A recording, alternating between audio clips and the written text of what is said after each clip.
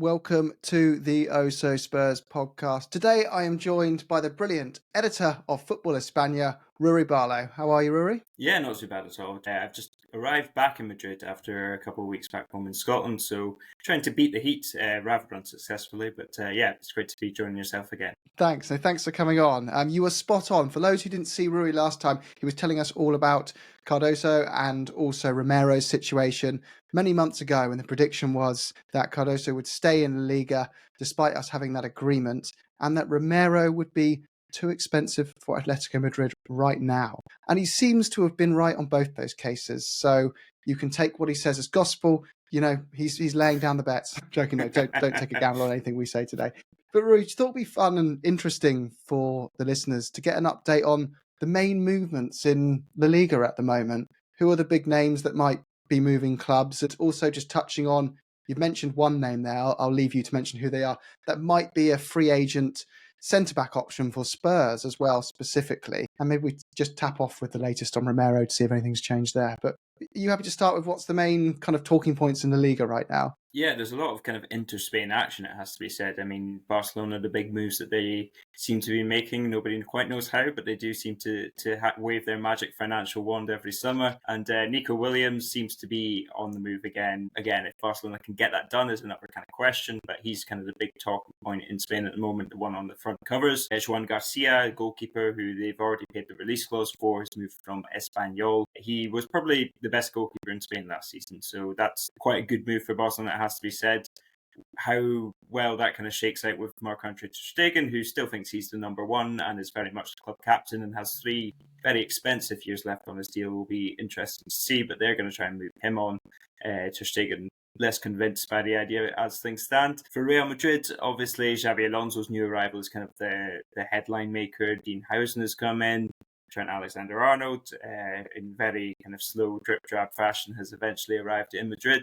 And to be fair, was very impressive with his kind of Spanish introduction. And they will probably move for another left back. Alvaro Carreras is the kind of favourite from Benfica, he's the one that they're pursuing. Whether that comes in again will probably come down to it if Real Madrid want to kind of stump up the money. But those are kind of the big 2 kind of headlines right now. Real Madrid need a midfielder. They know they need a midfielder, but they also don't know who they want is the kind of big question for them. And Atleti, we'll come on to kind of Romero's, I'm sure we've kind of discussed as well, but Atleti, Alex Baena is kind of their main attacking target, and they will kind of move to kind of plug a few holes as well. But yeah, those are kind of the main storylines.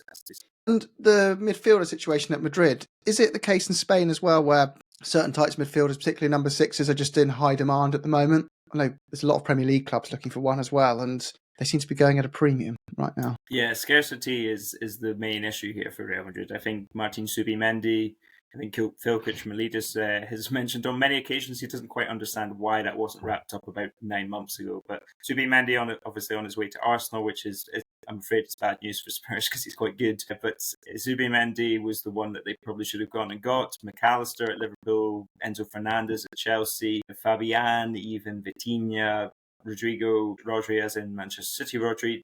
Those are the names that Real Madrid really want, but in terms of price, they just don't really want to be spending 100 million on a midfielder this summer. So yeah, they're stuck in a bit of a catch-22, and I think Xabi Alonso might use this Club World Cup and might.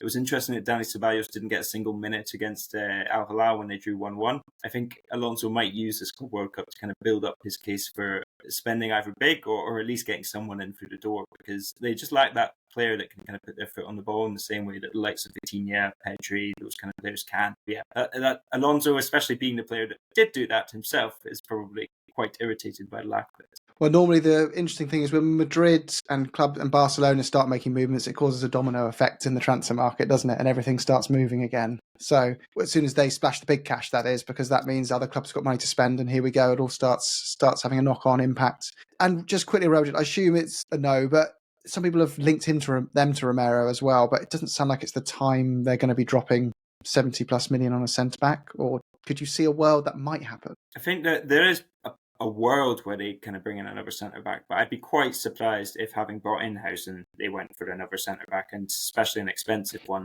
Romero doesn't really fit the Real Madrid profile. I was always a little bit surprised by the links to Romero, just because, not because of quality, but more in terms of the fact that he is now into 25, 26 territory.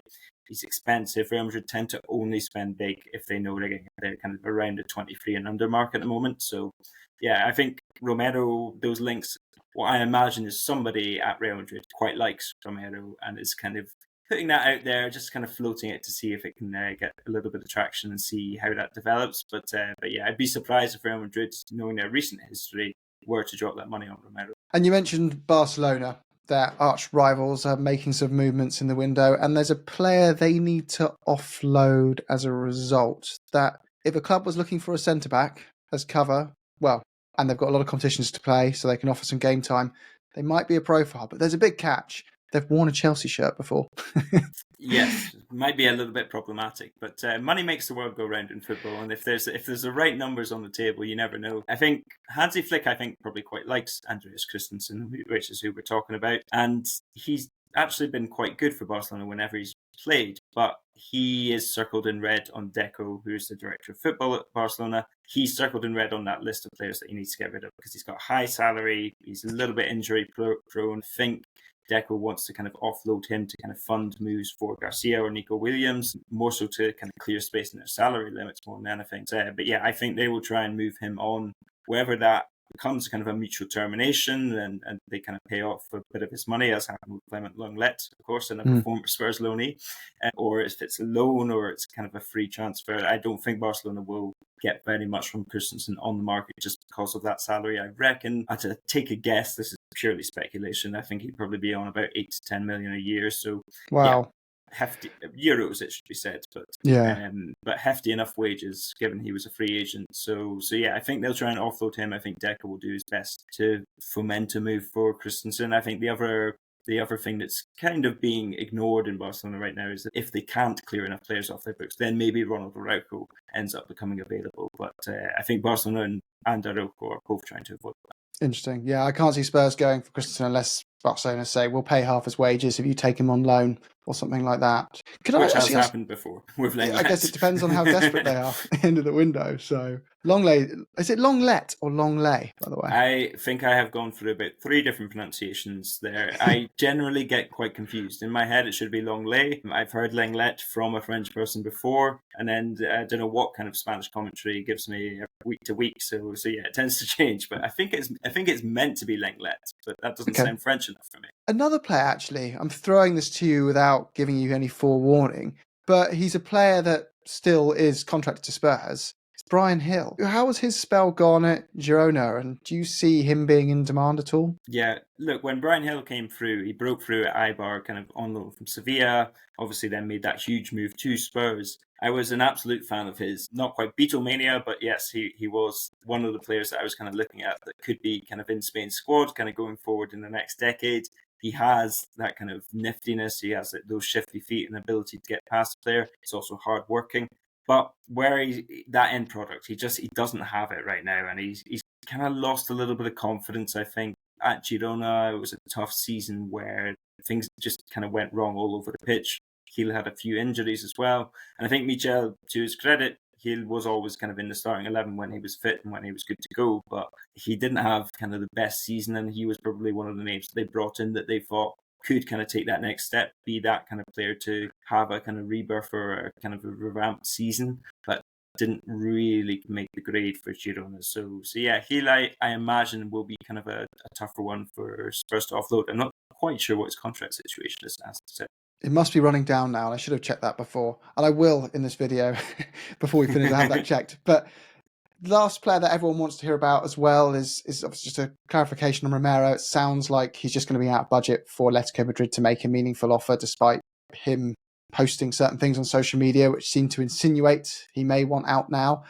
Is that the latest you're hearing as well? Yeah, I mean, he's still kind of being underlined as one of the main targets for Atleti this summer. Romero, Baena, those are the two that they're kind of desperate to get over the line with. Johnny Cardoso as well. Again, has links to Spurs, as we discussed last time. But yeah, I think he is the kind of third and most difficult for Spurs, for Atleti to get over the line. I think they'll get the Cardoso deal done eventually, even if they're going to kind of string it out a little bit. Baena, I think, will be done as well.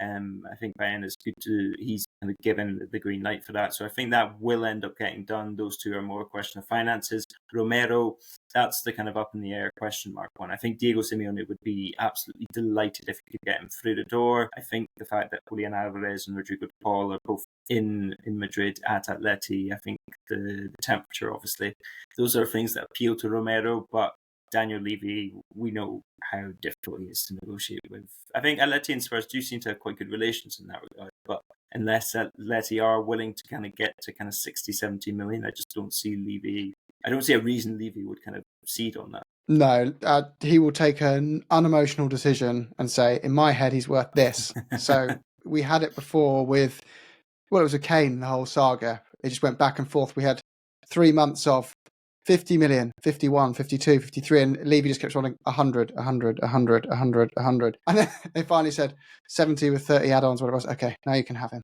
So I don't think it's, I just don't think he negotiates. He just says, that's the price. If you want it, you want it. If you don't, you don't. One thing that might be something to keep an eye on is that Atleti, you could see them kind of trying to throw a few players in there. San Molino, who's kind of had a fine season, but I think Atleti would be willing to let go if the right price comes in. Rodrigo Riquelme, another one who kind of bits and bobs, flashes of talent, but never really had kind of the best kind of campaign this year, especially. So I think they will be trying to find ways where they can cut the price of this deal.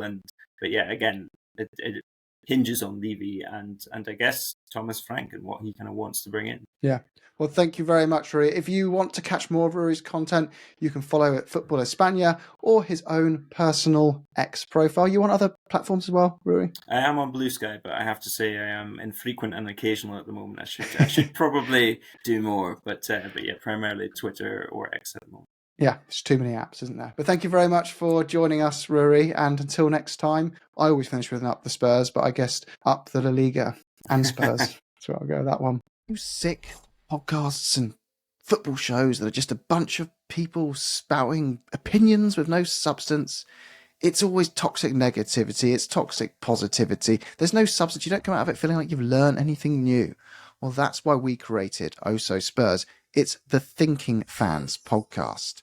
I'm Jim and I'm the host, but I am only a sum of many brilliant parts.